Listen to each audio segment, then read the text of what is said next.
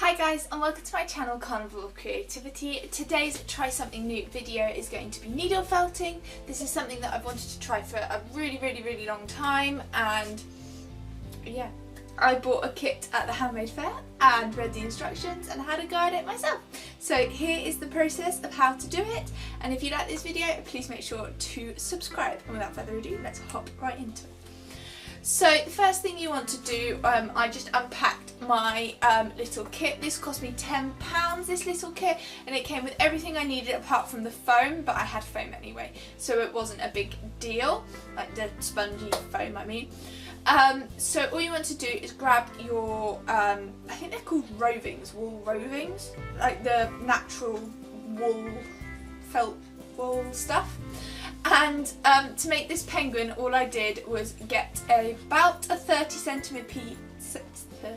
centimetre piece of the grey wool, scrunch this up into a sort of a bit of a sausage shape that's about 6 centimetres long. Mine ended up being a bit bigger, unintentionally, but it didn't matter, there's so much extra in the kit anyway.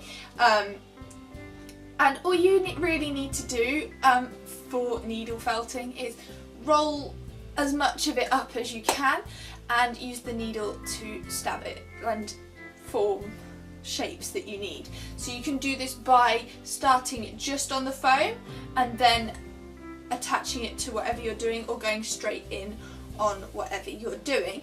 But for the penguin, all I did was fold this into a sort of sausage shape, stabbed it all the way around so it was nice and tight and compact and not hard or loose anymore. So I kept doing that until it was a really nice solid shape. Then I grabbed a bit of the white roving, rolled that into a ball for its head, again stabbed this round in a bit of a circle, not doing it too much because you don't want it to get too tight and compacted yet, because you need to attach it to the body. And then to do this I just put the body on top of the body underneath the head even, and stabbed at an angle around the neckline sort of, and through the whole head down into the middle as well to attach it. You also want to do a few extra stabs, I guess, at the back, so that the angle of your head is tilting slightly upwards, so it will look like your penguin is looking up.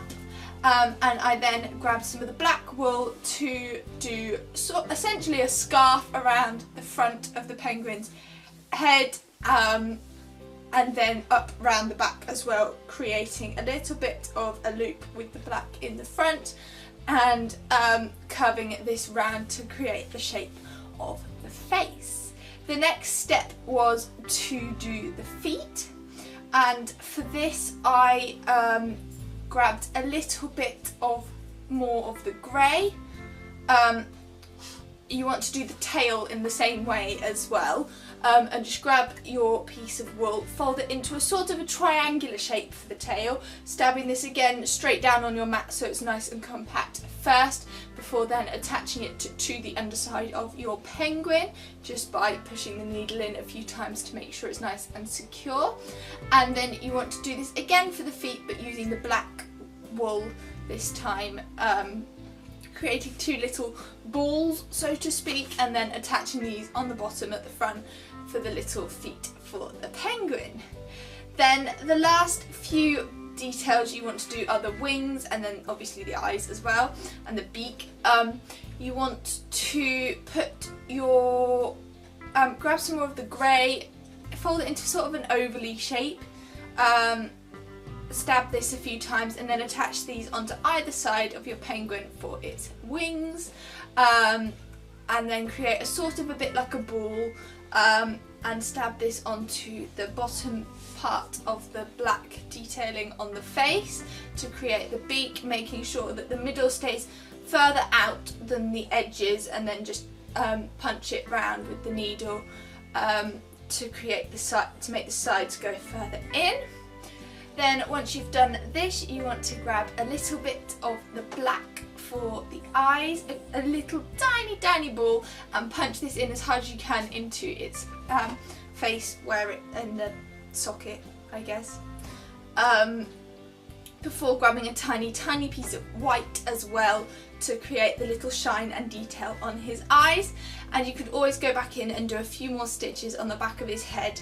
I say stitches, punches on the back of his head to make his head look a bit further up if needed as well. And I'm really happy with the results. I think he looks so cute and will be perfect as a decoration around Christmas time. So I'm really happy with how he turned out.